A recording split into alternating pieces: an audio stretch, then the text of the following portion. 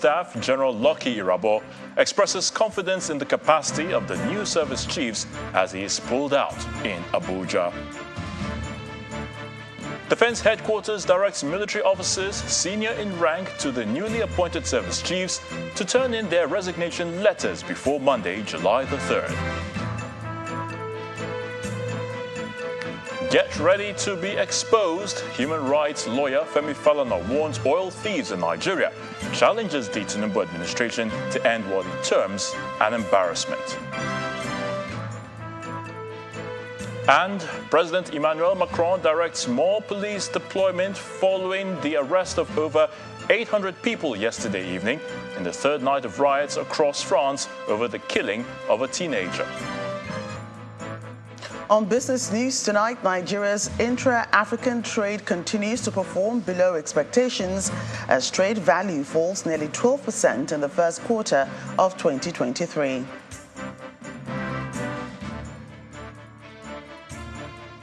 From Abuja, the nation's capital, Adamawa State Governor Amadu Fintiri announces ban on felling and burning of trees for firewood and charcoal in the state with immediate effect.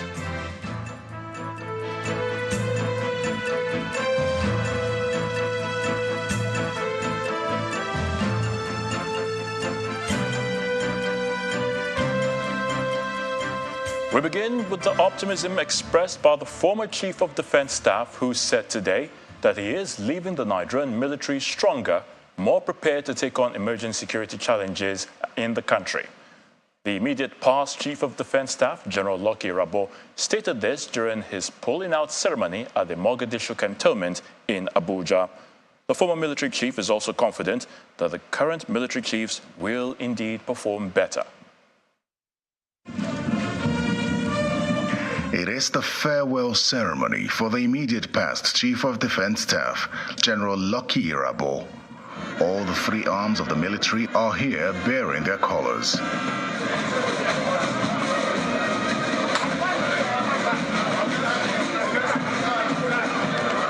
This colorful parade, tagged Pulling Out, is a tradition to honor military chiefs who are retiring from service. Those in attendance are serving and retired military chiefs, permanent secretaries and heads of agencies of government, including the immediate past Secretary to the Government of the Federation, Mr. Boss Mustafa.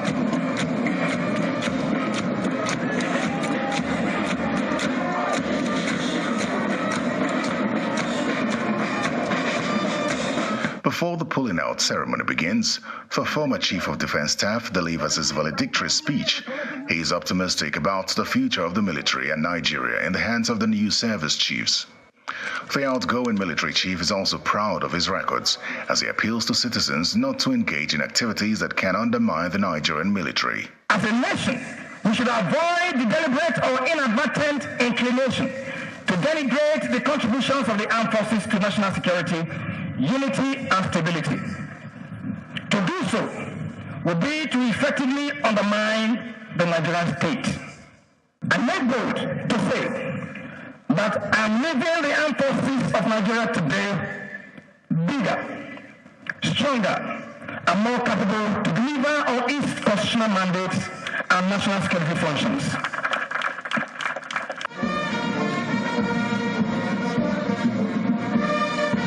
Done with his speech, General Irabor walks to the vehicle that had been made ready for the ceremonial pull-out parade.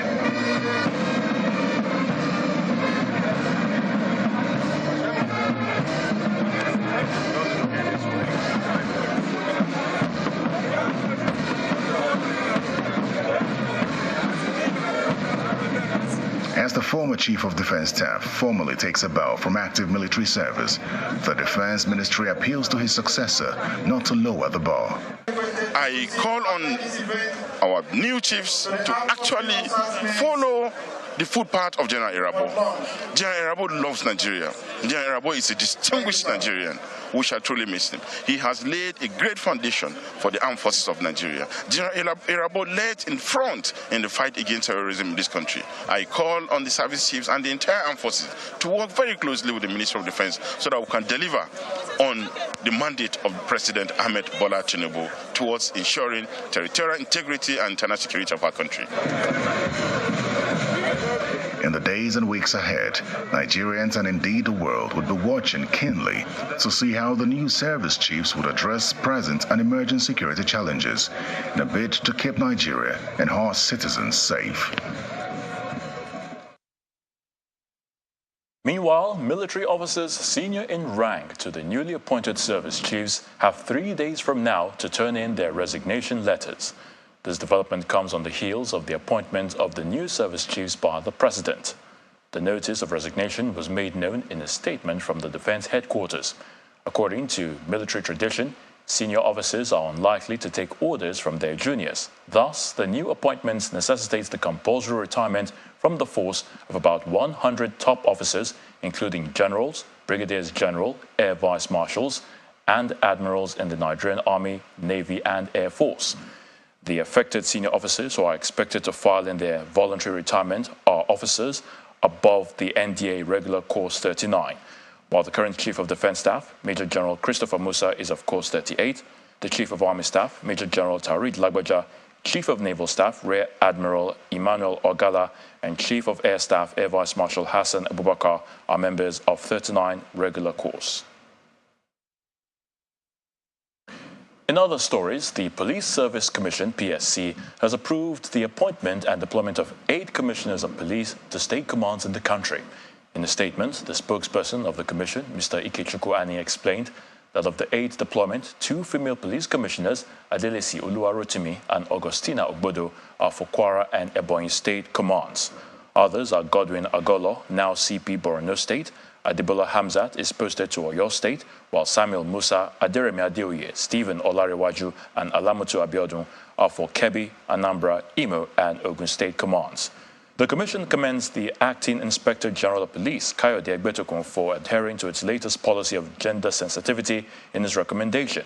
It urges the police boss to, in its subsequent proposals, include more officers of northeast and southeast geopolitical zones that are yet to record the benchmark of 15% as decided at its last plenary meeting. Human rights lawyer Mr. Femi Falana says only 20 of the 36 oil terminals in Nigeria are metered, a situation that has fueled oil theft in the country. But then the senior advocate of Nigeria believes that time is running out for the oil thieves, as he believes they will be exposed soon. Mr. Falana explained that big men are involved in the sabotage, and the Office of the National Security Advisor should make moves to implement early report on their activities. He was a guest on our political program, Politics Today. Our OPEC quota is 1.8 million barrels of crude oil per day. We are barely producing 1.2 million barrels. So 600,000 barrels are stolen daily. And this is unacceptable. No responsible government can say that oil theft cannot be combated. I'm aware that very soon the oil thieves are going to be exposed. In 2012, after the protests, the Jonathan administration set up the new Ribadu Committee to investigate the monumental fraud that informed importation of fuel. At the end of the investigation, that panel came up with a report that many of our terminals are not metered. I am aware that we have 36 terminals, only 20 are metered. So the remaining 16 have not been metered, and that is where oil is stolen. So this regime has a task, more so that Mr. Nuhu Ribadu is now the National Security Advisor. He must walk his talk by ensuring that the recommendation submitted to the Jonathan administration is implemented now, because Nigeria is the only oil-producing country. The only oil-producing country. Talking of oil theft, talking of smuggling of petroleum products, talking of inability to fix refineries. And so this must end. Away from oil theft, Vice President Kashim Shettima is asking leaders in the northwest region of the country to unite and support the present administration in addressing the challenges confronting the nation. The Vice President made the call today in his remarks when he, alongside other government officials, paid salah homage to the Sultan of Sokoto, His Eminence Mohammed Saad Abubakar III, in his palace in Sokoto. While conveying President Bola Tinubu's felicitations, the Vice President emphasized the importance of peace and unity, adding that the Tinubu administration remains committed to giving the necessary support to the traditional institution to contribute to the nation's progress. I will urge you, I will implore you, I will beg you, in the name of Allah, to, at whatever cost, sustain your relationship with the Sarkin Yamma for the peace, stability, and progress of our sub-region. Please accept the glad tidings and regards from His Excellency President Bola Ahmed Tinubu. He is very much aware of the challenges of our people, the insecurity that has pervaded the northwest sub-region of the country. He is taking far-reaching measures, and I want to congratulate you. In the past 30 days, there has been some semblance of peace. Out of the 4 terrorist leaders, I think the security forces have adequately handled 3 of them. I want to commend them. We want to thank them for all the sacrifices they have made and continue to make for peace to envelop this part of the world. There can never be peace without development, and there can never be development without peace. I want to urge our political leaders to unite as a people to confront our common challenges of insecurity, poverty, and underdevelopment. The Sultan, on his part, said the Vice President's submission is valid, adding that government's decisions, though tough, will yield the desired results in the long run.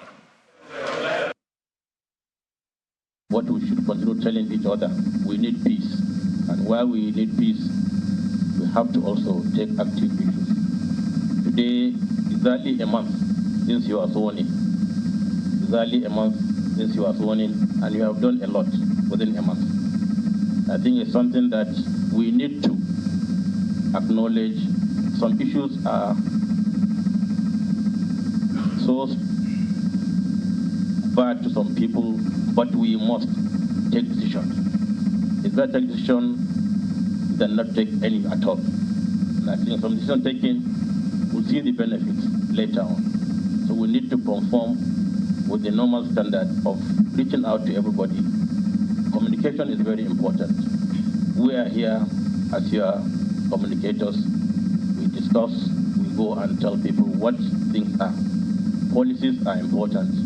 Some changing policies are important for us to move forward. But I believe we must always take people along so that everybody knows what we are doing, why we are doing it. And at the end of it, when things are better, people will say, Alhamdulillah, we suffered before, but now we are much better. We'll support you 100%, inshallah. We'll give you our awards at any time. You reach out to us or you don't reach out to us, inshallah, we'll support the government and we'll do whatever it takes to maintain peace and stability in our states, in our country, Nigeria. In part 2, after the break, Governors Hope Uzodinma and Peter Mbah of Imo and Enugu states lead dialogue in Lagos towards resolving perceived misunderstanding between the Lagos state government and Southeast traders in the state. To join us again.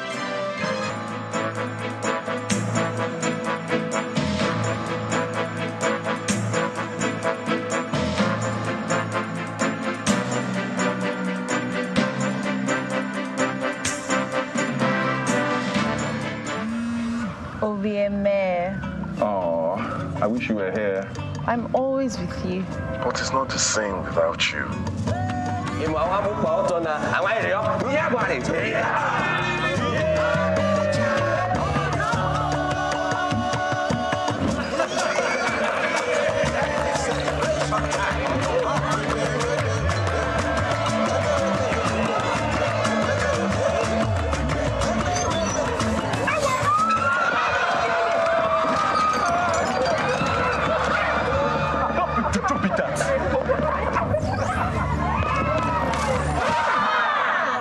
MTN 5G's amazing technology will change how we experience life and the internet.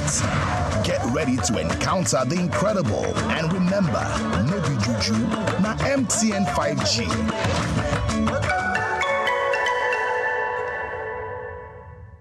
Hello, this is Premium Pension. How can we help? Our experts work behind the scenes, enabling our members grow wealth to secure a premium tomorrow. We see your hard work and we make your money work hard for you. We are growing with you in commitment and service. Leveraging technology to meet your demands.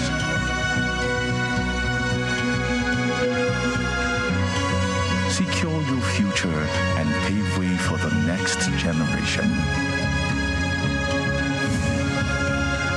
Embracing diversity with firm roots across the 36 states of Nigeria and the FCT. Premium Pension. Active today, premium tomorrow.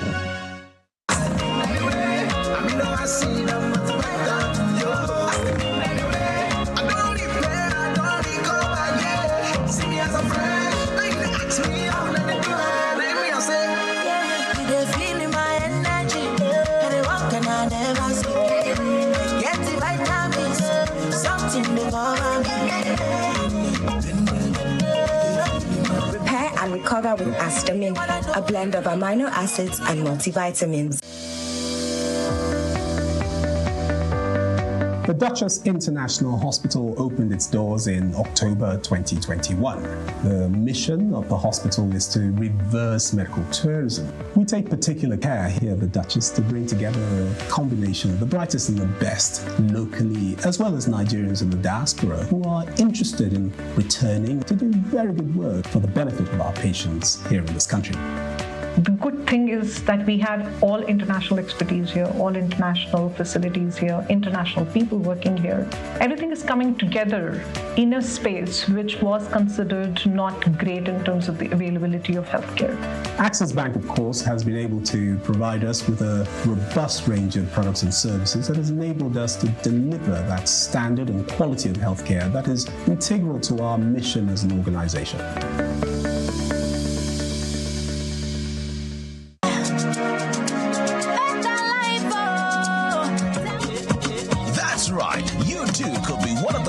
Zenith Bank customers that will win 150,000 Naira every 2 weeks from June 1st, 2023 until May 31st, 2024 in the Zenith Better Life Promo 3.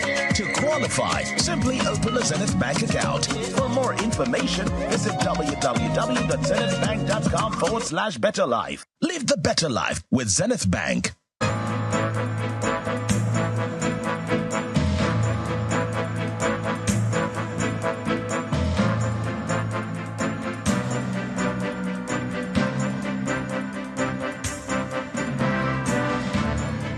Welcome back. If you've just joined us, you're watching the News at 10 coming to you live from Channels Television. A reminder of our top stories. I am leaving the Nigerian military stronger, declares former Chief of Defense Staff General Lucky Irabor, expresses confidence in the capacity of the new service chiefs as he is pulled out in Abuja. Defense Headquarters directs military officers senior in rank to the newly appointed service chiefs to turn in their resignation letters before Monday, July the 3rd. Get ready to be exposed. Human rights lawyer Femi Falana warns oil thieves in Nigeria, challenges the Bola Tinubu administration to end what he terms an embarrassment.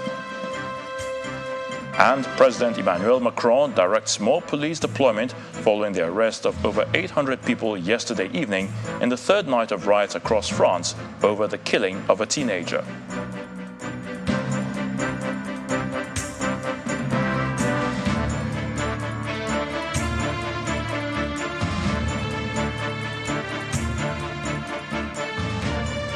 As citizens continue to grapple with the impact of the subsidy removal, our fuel subsidy that is, the Emir of Kano, Alhaji Aminu Ado Bayero, is appealing to the government to provide relief measures for the general public. He voiced his concerns during a visit to the governor of Kano State, Abba Yusuf, at Government House. Our correspondent, Sadiq Ilyasu, tells us more.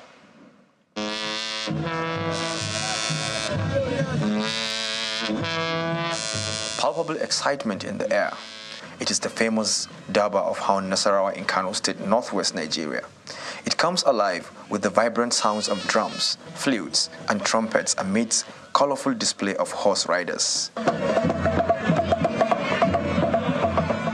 Pioneered by Sarkin Kano Abbas in 1903, after the British conquest of Kano, it has become a tradition that takes place every second day after the Eid celebration. The parade of excitements starts out from the palace of the Emir of Kano all the way to the Government House. There, the Emir leads the traditional stool of Kano to pay homage to the formal government of the state.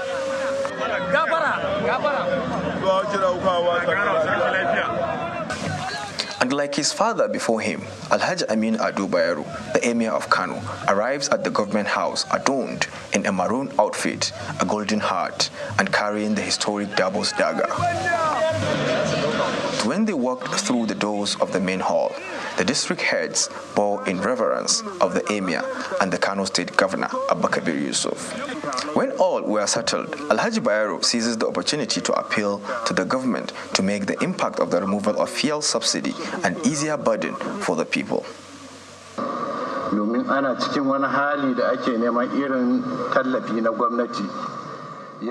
We are aware of the hardship that comes with the removal of the fuel subsidy, not only in Kano, but Nigeria at large. Now is the best time to find ways to bring down food prices to cushion the effects. The Kano State Governor, Abba Kabir, responds with highlights of his achievements since assuming office and what he plans for the people.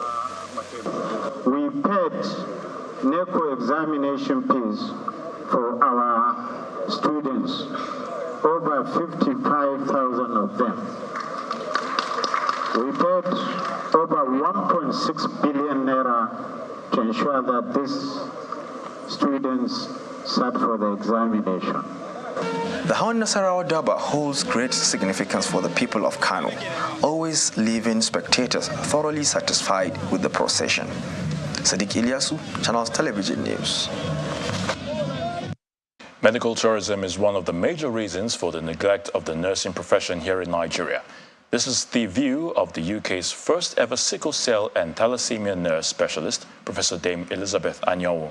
Dame Elizabeth believes if politicians, government officials and the elite patronize medical care in Nigeria, they would see the need to make the system appealing enough to keep specialist health workers like nurses from leaving the country. She was speaking with Channels Television's anchor, Ijoma Onyato. If those in the positions of power in Nigeria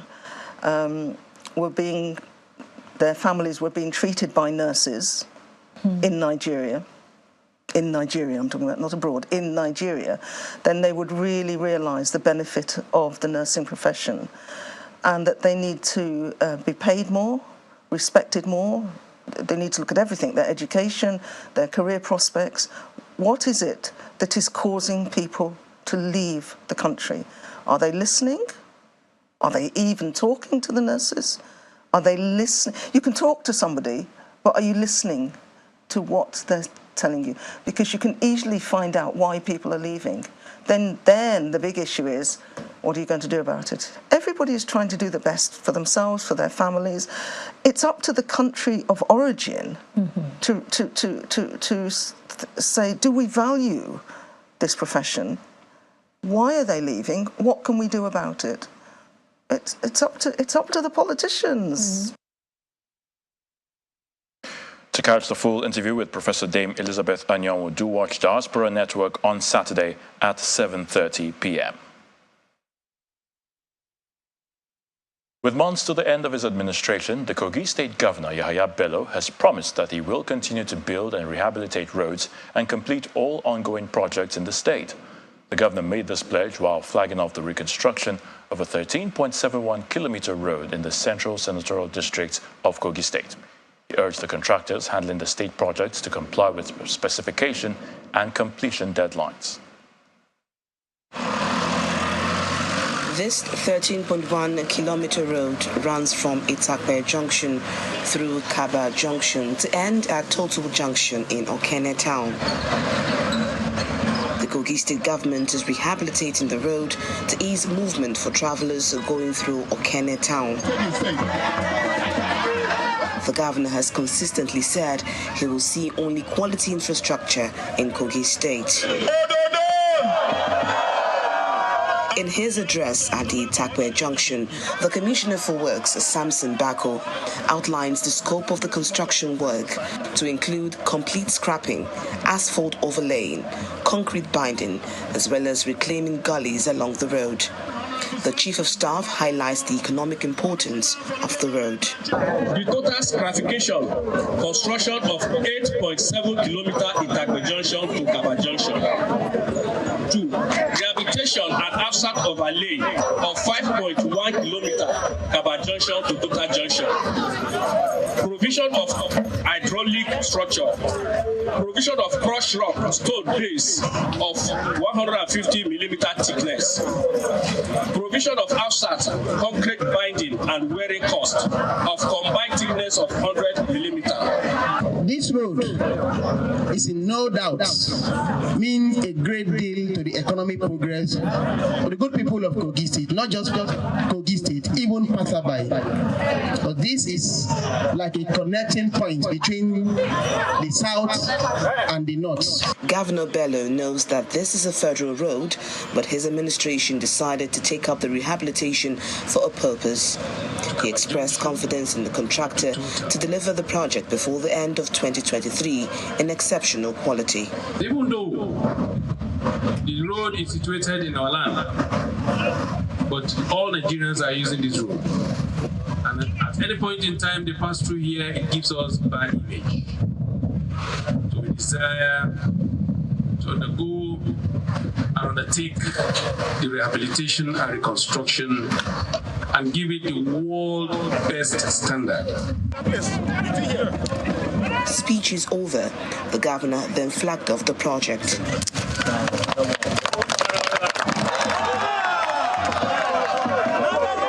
The governor also promised to ensure adequate security for travelers on that road. Southeasterners living in Lagos have held talks with the Imo State governor on ways to resolve the dwindling relationships with their host, Lagos. That's the host state. At a forum in Lagos State, the governor of Imo State promised to broker understanding between them and the Lagos State government and other residents. Our correspondent, Olu Phillips, who later met with the governor, now brings us a report. It's 1 month already since the Lagos State governor and the government were sworn in for a second shot at office. Though the elections are over, there are a few concerns carried over from the campaign period, bordering on political persuasions of some electorates. The makeup of persons here drawn from the business and political community are predominantly those of the southeastern extraction. Some who are aggrieved over their properties demolished, others who are apprehensive of possible attacks, others with various concerns about the general welfare of the Igbos. On this side of the table are two southeastern governors and leaders of thought. They will compare notes on how to address the concerns. Speaking mainly in the native language, they made their points. My father is resting in peace in the village. He came here in the forest. We will live at the right time, but we will not cut and run for no reason because we are stakeholders. Responding to these worries, Imo State Governor Hope Uzodinma admits he would like to be the bridge builder between them and the Lagos State government. The convocation also highlighted the state of security in the southeastern states, and here's what the governors had to say. It is not only peculiar to Southeast. There is virtually no part of this country that is not challenged, either as a result of Boko Haram, banditry, kidnapping, or non-gunmen in the Southeast. That is what we have seen of late. But the government has risen to the occasion. In Imo, that was almost the epicenter. It is worst because in the course of the happenings, the prison, the center prison in Owerri was broken, and over 1,800 criminals escaped. We've made pronouncements to ban the Monday sit at home, and our people are responding to it. And the Monday sit at home thing now, it only exists in the minds of people. But in reality, our people go out to work on Mondays. High point of the evening is the constitution of a select team who will make a representation of outcomes here to Governor Babajide Sanwo-Olu. Now that government has, removed exclusivity of power and rail, they can join together and build rail lines that goes around the states and also do some road projects together. If they can get security, get this infrastructure, I'm sure there will be a flow of investment in the southeast, and that will improve it is the attractiveness. I mean, you know that investments do not respect anything else. They respect where they are safe, where they are, rewarded, and that's it. Some hours later, this group moves to the State House where they have met with the State Governor Babajide Sanwo-Olu, and here's the outcome of the closed-door meeting. The meeting had gone up very successfully. We will discuss issues around common interest, especially issues bordering on recent demolition around the Alaba market, where there have been a lot of wrong information. There's been all sort of wrong communication that has gone out. Our conversation here this afternoon has cleared the air. We've seen that indeed there is need for us to continue to further collaborate. Where wrongs have been expressed, we've corrected all of the issues and the views, and we've jointly set up a small working committee that will go around and verify and see things for ourselves and be able to put all of the negative information and media reviews, put them out correctly. Olu Phillips, Channels Television News. Still ahead on the news at 10, Nigeria's intra-African trade continues to perform below expectations as trade value falls nearly 12% in the first quarter of 2023. That's on Business News. Please stay with us.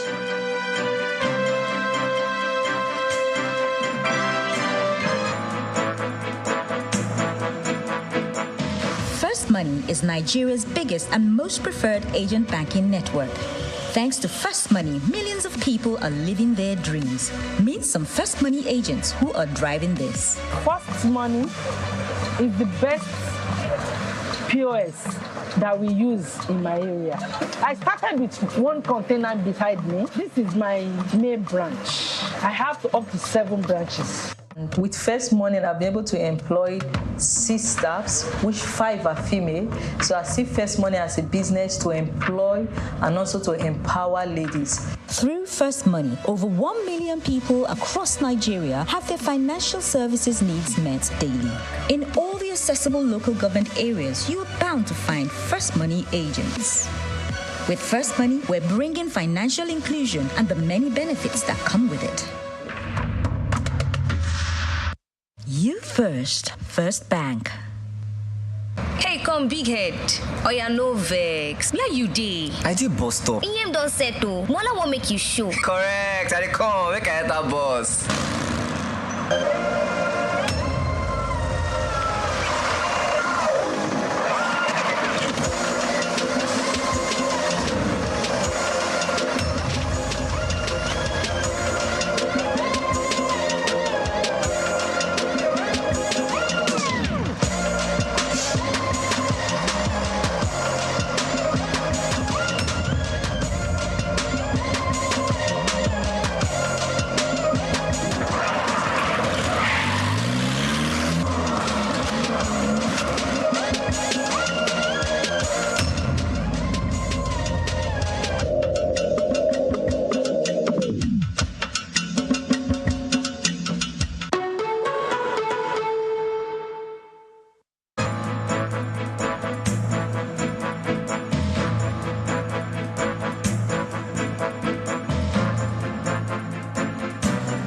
Welcome back. Let's now head over to the nation's capital, and Gloria Umizoke is indeed standing by with the very latest from our Abuja studios. Hello, Gloria. Thank you, Ayo. Here in Abuja, we begin in Adamawa State, where cutting down and burning of trees for firewood and charcoal is now forbidden. This comes as Governor Amadu Fintiri announces a ban on the activity. Governor declared the ban when a group of traditional rulers in the state paid him a visit at the government house in Yola, Adamawa State. Particularly in ensuring that you give all the necessary support to government. Security is not the duty or the responsibility of government alone.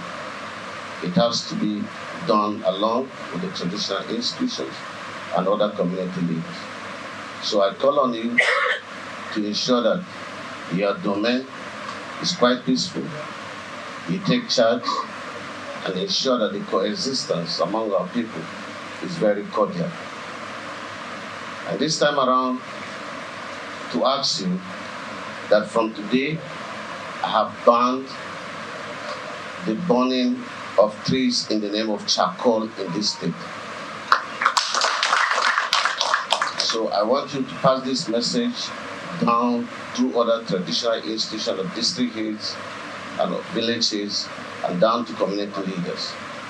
I am going to charge the local government chairman to give you all the necessary support to ensure that not even a single tree is any longer burned in this state in the name of charcoal.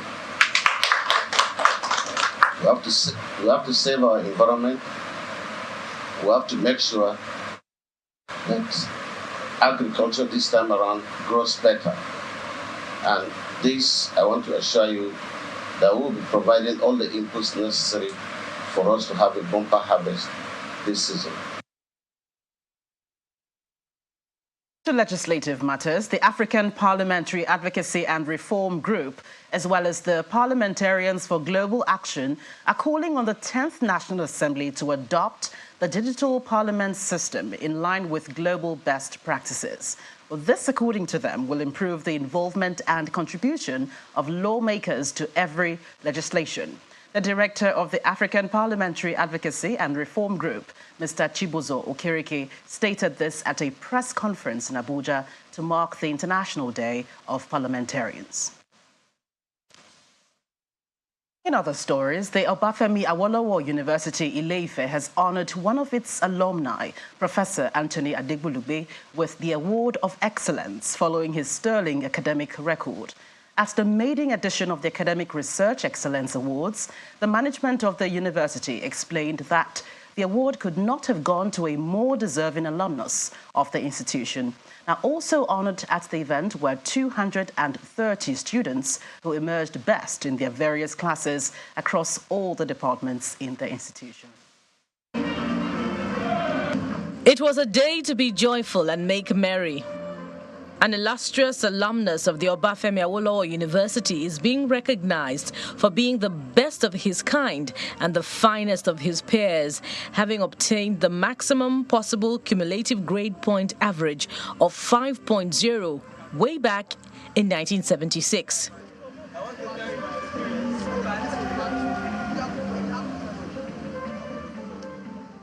He graduated in the finest of colors from the Department of Electronic and Electrical Engineering and has since broken a series of academic barriers and conquered many frontiers deemed impossible, many of which he used to improve humanity.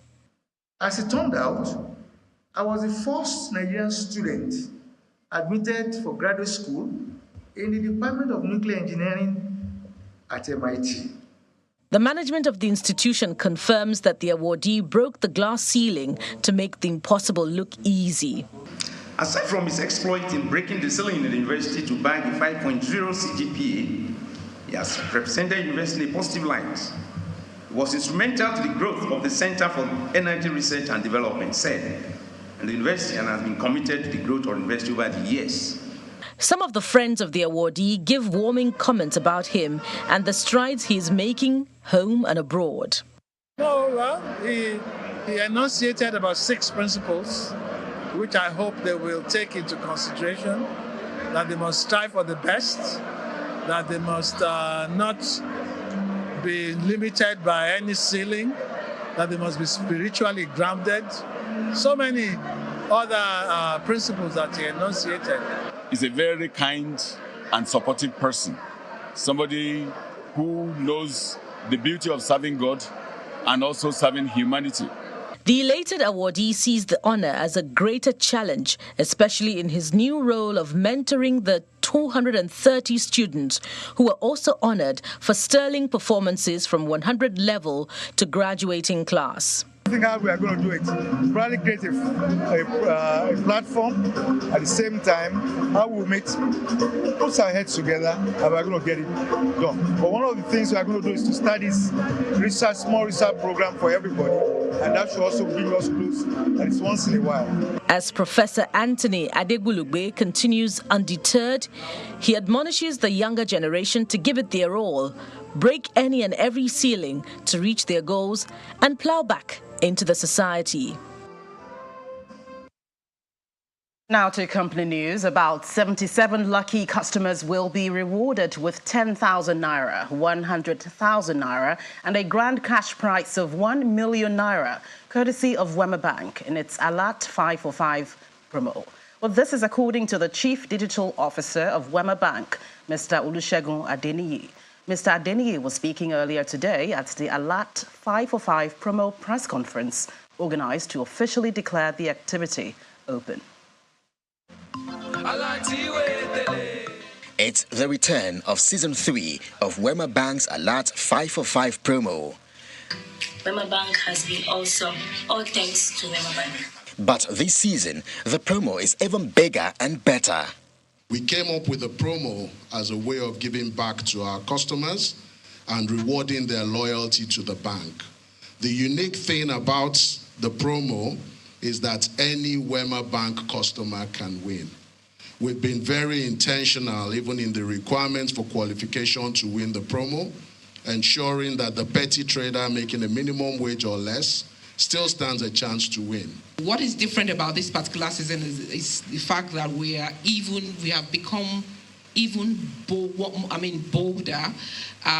We are going to be rewarding over 300 customers on a monthly basis. Customers stand a chance to be able to win up to 1 million naira, and this 1 million naira in today's economy, you can imagine what that would do for you. Wema Bank's head of brand and marketing communications, Mabel Adeteye, and Chief Digital Officer, Mr. Adeniyi, highlight the terms and conditions. First thing to qualify for the promo is to transact at least 5 times in the month. But before we go to that, onboarding onto the platform is seamless.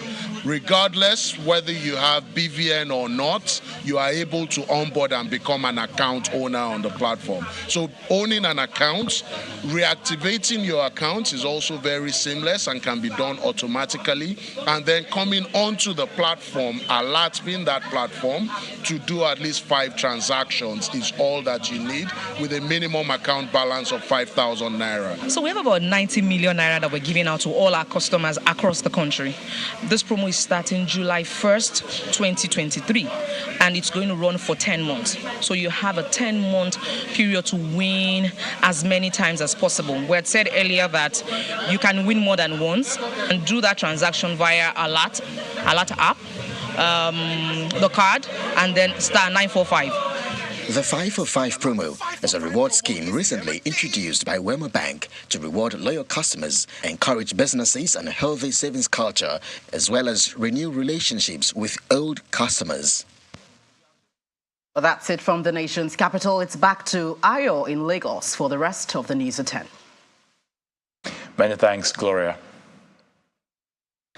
Governor Dapo Abiodun says the beauty and value Ojude Oba brings to the people of Ijebu deserve to be paid serious attention and replicated on a larger scale to optimally harness its benefits. The governor, who, amongst other special guests, witnessed the 2023 celebration of the Ojude Oba Festival today in Ijebu-Ode, is confident that much can be learned from a culture that has become a global event.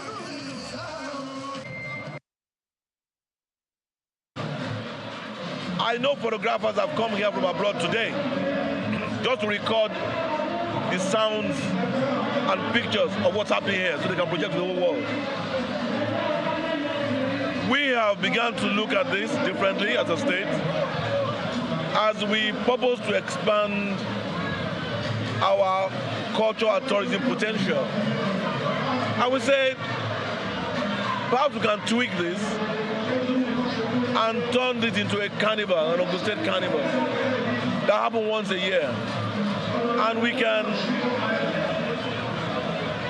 now allow for all parts of Ogun State, the Yewa, the Aworis, the Egbas, the Remos, to fuse together, come together for a couple of days in Abeokuta and display their rich culture and tradition.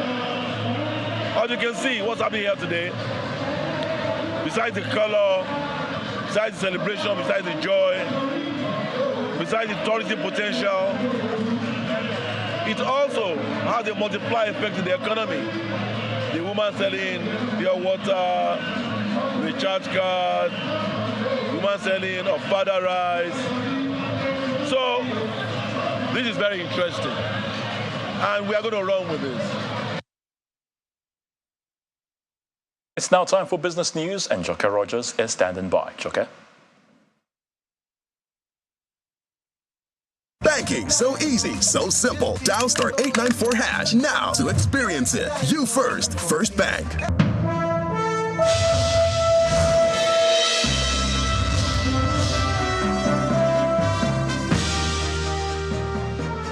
Thanks so much, Ayo. Nigeria's intra-African trade has continued to fall below expectations despite the commencement of the African Continental Free Trade Area, with the trade value down to 842 billion naira in the first quarter of 2023, and that's 11.95% lower than the figure recorded in the first quarter of 2022. It dampens the projection by the International Monetary Fund that intra-African trade will be boosted by 52.3% by 2025. ACFTA aims to enable a free flow of goods and services across borders to boost the continental trading positions in the global market. However, more than 3 years after it kicked off, Nigeria's trade value with other countries in relation to its total foreign trade remains low. The issuance of the guidelines on contactless payments by the Central Bank of Nigeria, which kicked off this week, has been raising a series of questions. Contactless payments refer to transactions which use alternate channels such as QR codes, non-physical banking, digital wallets, and fintech-powered financial institutions. By implication, the Central Bank of Nigeria's 50,000 naira daily limit means that fintech banks may have to collaborate with traditional banks through which customers can carry out their Know Your Customers. In a circular to banks and other financial institutions and service providers dated June 27, signed by the Director of Payment Systems Management, Mr. Musa Jimo, the Central Bank of Nigeria stated that the limit on each transaction to 15,000 naira, while daily cumulative limit is at 50,000 naira. The domestic stock market has again exceeded expectations despite the holiday-shortened week. The market benchmark index crossed into the second half of the year on a 15-year high. Will Ibong tells us more.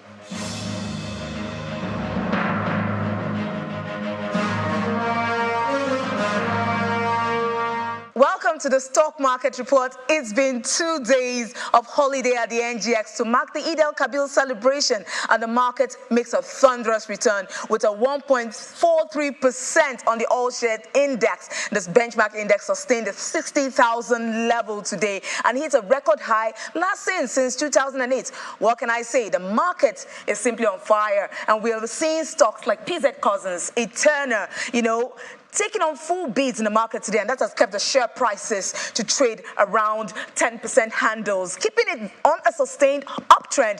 Ever since that news that Eterna had received license to begin fuel importation in July, investors have lashed onto that stock. Well, who wouldn't? The activity chart pretty much tells us investors' bullish sentiments in the market today. We did see volume and value in 15 billion naira traded today, and most were trades on Access Holdings. And a lot of investors, I must say, are riding this rodeo, and it's going pretty fast. And who knows, we may still be getting the Tinubu bull effect in the coming weeks. And that's the stock market report. I'm Will Ibon.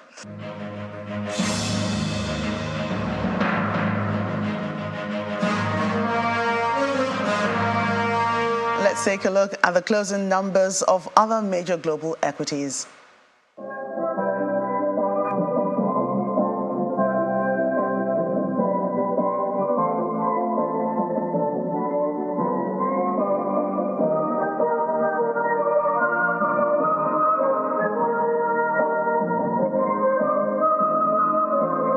That's business news on the news at 10. Back to you, Aya.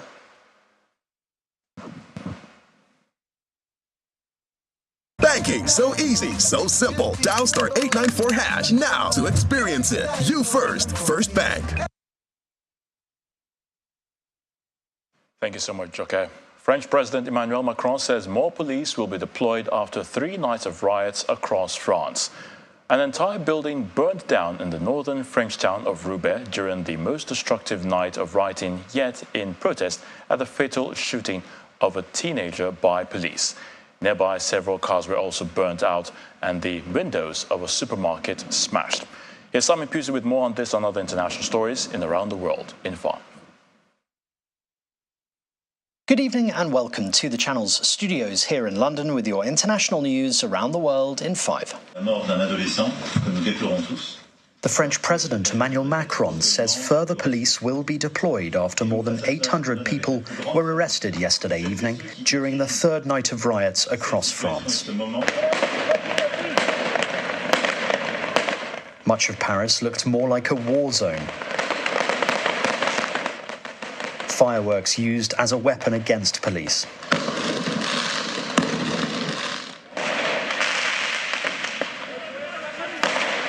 Thousands of vehicles were set ablaze in cities and towns across France, despite 40,000 officers being mobilized to keep the peace. Here, a swimming pool construction site being built for next year's Olympic Games was set ablaze in the Parisian suburb of Aubervilliers. And here, a Nike store, one of hundreds of shops to be looted across the capital. The officer who shot the teenager dead has apologized to the family.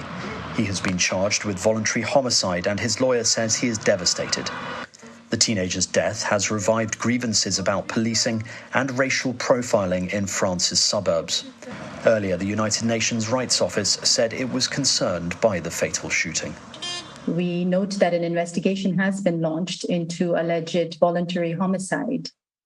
This is a moment for the country to seriously address the deep issues of racism and racial discrimination in law enforcement. 2 14-year-old twins, Anna and Yulia Aksenchenko, who were among 12 people killed during a Russian missile strike, have been buried. At the ceremony, a crowd of around 30 relatives, friends and local residents gathered to pay their respects. The family held a mourning ceremony for them at their apartment several hundred meters away from the site.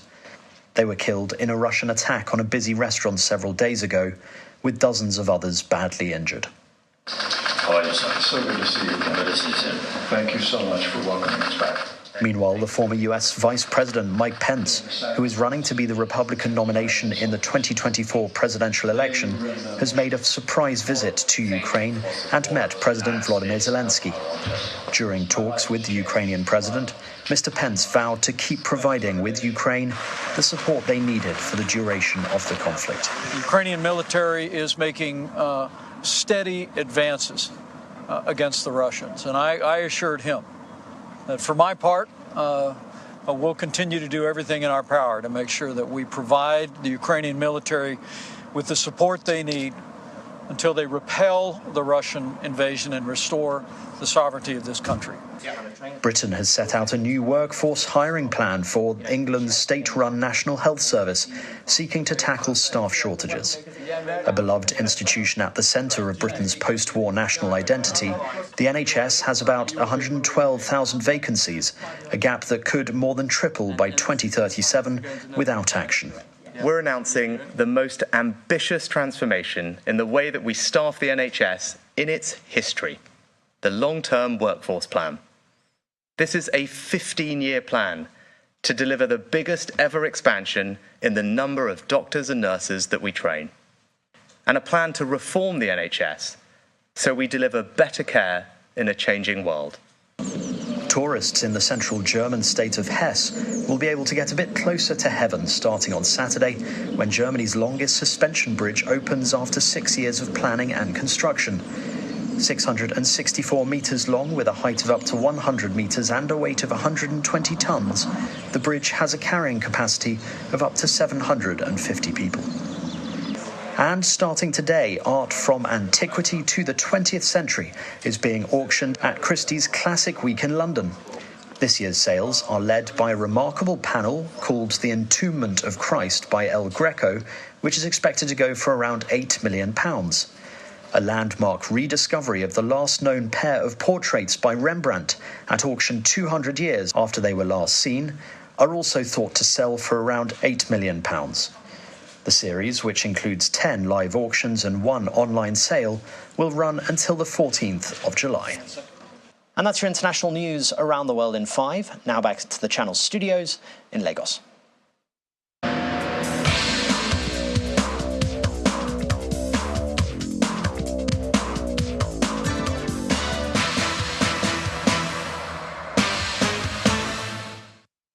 Many thanks, Simon. Welcome to Sports News. The Nigeria Basketball Federation, the NBBF, has appointed Reina Wakama as head coach for the senior women's national team, the D Tigers, ahead of this year's AfroBasket in Kigali, Rwanda, scheduled for July the 28th to August the 6th.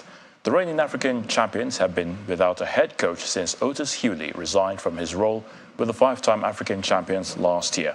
Wakama was a former national team player and currently an assistant coach at Stony Brook University in the US. Meanwhile, it was not cheering news for the D Tigers, who lost their opening game at the FIBA African qualifier against Guinea in Abidjan, Cote d'Ivoire this evening. Nigeria lost 62 to 65 points. The D Tigers started well, clinching the first quarter 20-14, and the Guineans rallied back to win the second quarter 22 to 11 points. For Nigeria, the third quarter ended in favor of Nigeria 18-13, while the final quarter was won by their opponents, Guinea 16-13. In tennis, world number 1 Carlos Alcaraz will face French veteran Jeremy Chardy in his Wimbledon opener, which starts on Monday. Friday's draw at the All England Club pitched men's top seed against the experienced Frenchman. Our defending women's champion Elena Rybakina will face American Shelby Rogers in the opening round, while men's second seed Novak Djokovic will begin his title defense against Argentina's 67th ranked Pedro Cachin.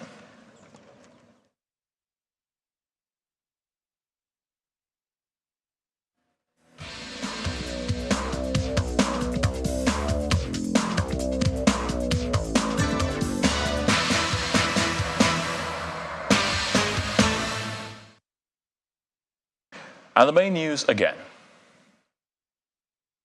The former Chief of Defense Staff, General Lucky Irabor, today declared that he is leaving the Nigerian military stronger and more prepared to take on emergency security challenges in the country. General Irabor, who spoke in Abuja as he was pulled out of service, also expressed confidence in the capacity of the new service chiefs to help in securing the nation.